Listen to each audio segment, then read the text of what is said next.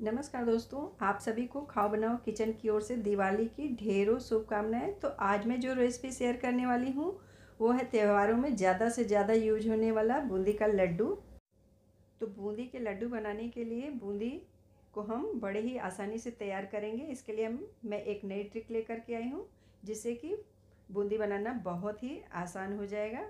तो अब हम क्या करेंगे कि एक मिक्सी जार में लेंगे 1 कटोरी बेसन और पौना कटोरी पानी हम मिक्सी जार में डालेंगे।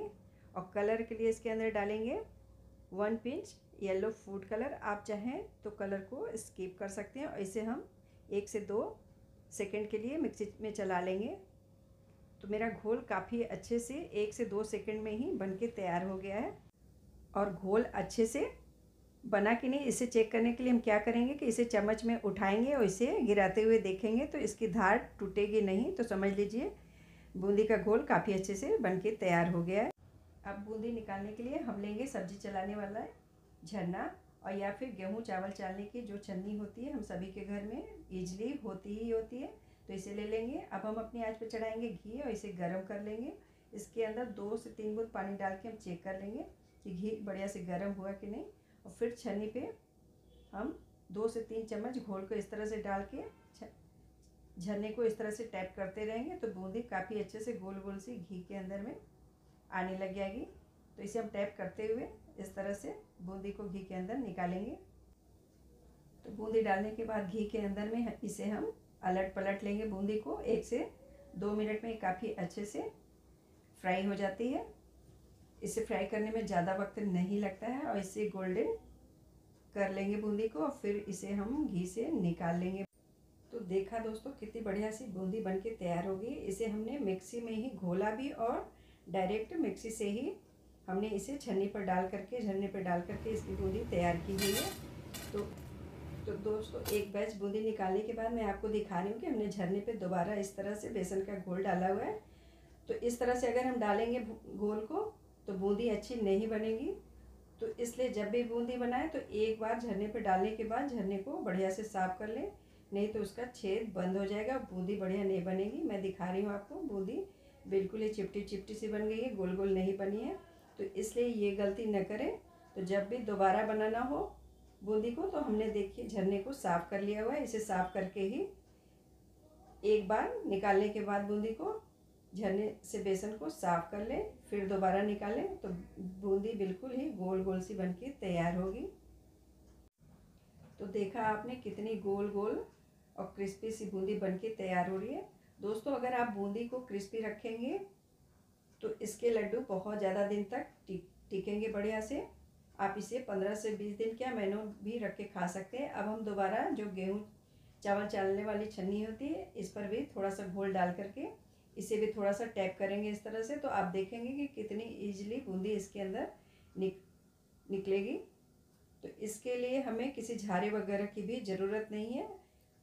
तो बूंदी बनाने के लिए जो घर में सामान होता है इसी से हम खूब बढ़िया सी बूंदी निकाल सकते हैं लड्डू की। दोस्तों जब कभी भी आप बूंदी के लड्डू बनाएंगे तो एक बार मिक्सी में बना के ज़रूरी देखिए। इससे आपको 2 फायदे होंगे। एक तो बेसन के घोल में गुठलियाँ एकदम नहीं बनेंगी और जो बेसन का घोल हम घोलते हैं तो उसे फेंटने के लिए कम से कम 5 से 6 मिनट का समय भी बचेगा। दोनों काम मिक्सी में एक साथ ही हो जाएगा। बगैर गुठली के इसका घोल खूब बढ़िया से बन के तैयार होगा और बूंदी बिल्कुल ही फूली फूली हल्की सी तैयार भी होगी।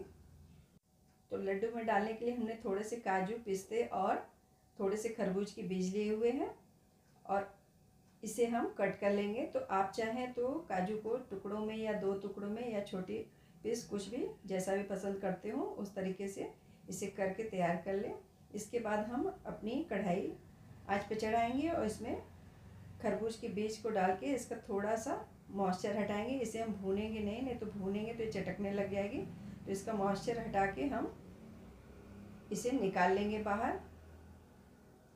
इसके बाद हम अपनी कढ़ाई में डालेंगे 1 चम्मच देसी घी और देसी घी में हम काजू और पिस्ते को हल्का सा भून लेंगे, हल्का सा गुलाबी सा कर लेंगे और इसे भी बाहर निकाल लेंगे। गुलाबी करने के बाद इसका भी हम कलर ज़्यादा चेंज नहीं करेंगे काजू और पिस्ते का। आप चाहें तो इसके अंदर बादाम भी डाल सकते हैं। अब हम अपनी कढ़ाई में एक बड़ी कटोरी से पौना कटोरी चीनी डालेंगे और उसका आधा पानी डाल के चीनी को चलाते हुए हम चीनी को गलाएंगे। तो अब चाशनी के अंदर हम डालेंगे कुछ केसर के धागे। आप चाहें तो इसके अंदर केसर का इत्र भी डाल सकते हैं। तो केसर के धागे डाल के भी हम अच्छे से मिक्स करेंगे, जिससे कि केसर का कलर थोड़ा थोड़ा सा चाशनी के अंदर में आएगा। तो चीनी मेरी काफ़ी अच्छी तरीके से गल चुकी है। तो अब इसके अंदर हम डालेंगे 1 पिंच फूड कलर येलो। आप चाहें तो डालें, न चाहें तो इसे आप स्किप कर दें। तो कलर डाल के हम अच्छे से मिक्स कर लेंगे। तो 2 से 3 मिनट बाद हम चाशनी को चेक करेंगे। इस तरह से उंगलियों के बीच में लगा के देख लेंगे। जब 1 से 2 तार इसके अंदर आने लग गया है, तो 1 तार बनने लग गया है, तो हम गैस को बंद कर देंगे। अब इसके अंदर डालेंगे हम टेस्ट के लिए गुलाब जल। आप चाहें तो केवड़ा जल, गुलाब जल कुछ भी डाल सकते हैं। फिर इसके बाद आधा चम्मच डालेंगे इलायची का पाउडर और साथ ही में 1 बड़ा चम्मच देसी घी डालेंगे। सारी चीज़ों को डाल के हम गरम चाशनी में ही मिक्स कर लेंगे।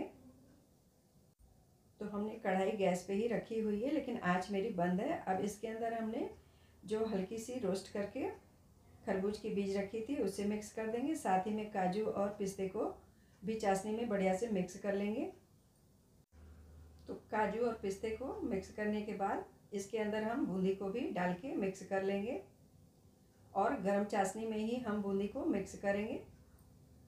तो बूंदी को भी चाशनी में मिक्स करने के बाद इसे हम कम से कम 1 से 1.5 घंटे के लिए छोड़ देंगे, जिससे कि चाशनी बूंदी खूब अच्छे से सोख कर ले। इसलिए इसे हम थोड़ी देर छोड़ देंगे। तो 1 घंटे बाद मैं आपको दिखाती हूँ कि बूंदी कितने अच्छे से फूल गई है और कढ़ाई में चाशनी भी एकदम नहीं है। इसे हम थाली में पलट लेंगे और पलटने के बाद इसका हम लड्डू तैयार करेंगे। तो आप देख सकते हैं कि बूंदी काफ़ी अच्छे से फूल चुकी है। चाशनी खूब बढ़िया से सोख कर गई। मैं एक दबा के भी दिखा रही हूँ। तो अब हम लड्डू को बांधेंगे। तो इसके लिए हम थोड़ी थोड़ी सी बूंदी को हाथ में उठा लेंगे और इसे दबाते हुए इस तरीके से गोल गोल घुमाते हुए दबाएंगे और लड्डू बना के तैयार करेंगे। तो आप देख सकते हैं कितने बढ़िया से लड्डू बन के तैयार हो रहा है। तो इसी तरीके से हम सारे लड्डू तैयार करके थोड़ी देर के लिए उससे बाहर ही रख देंगे हवा लगने के लिए, जिससे कि लड्डू थोड़ा सा टाइट हो जाए तो वो टूटेगा नहीं। अब हम इसकी गार्निशिंग कर देंगे सिल्वर लिप से। आप चाहें तो सिल्वर लिप्स लगाएं और न चाहें तो न भी लगाएं। अगर आपके पास हो तो लगा दें, देखने में अच्छा लगेगा। तो हमने इस पर सिल्वर लिप्स भी लगा दिए। हवा में थोड़ी देर रखने के बाद आप देख सकते हैं लड्डू थोड़ा सा सूख भी चुका है। तो अब ये कैसे भी उठाएं टूटेगा नहीं। तो अब हम क्या करेंगे कि इसकी थोड़ी सी गार्निशिंग इसके ऊपर पिस्ते के कुछ टुकड़े डाल देंगे। पिस्ते से भी इसकी गार्निशिंग कर लेंगे।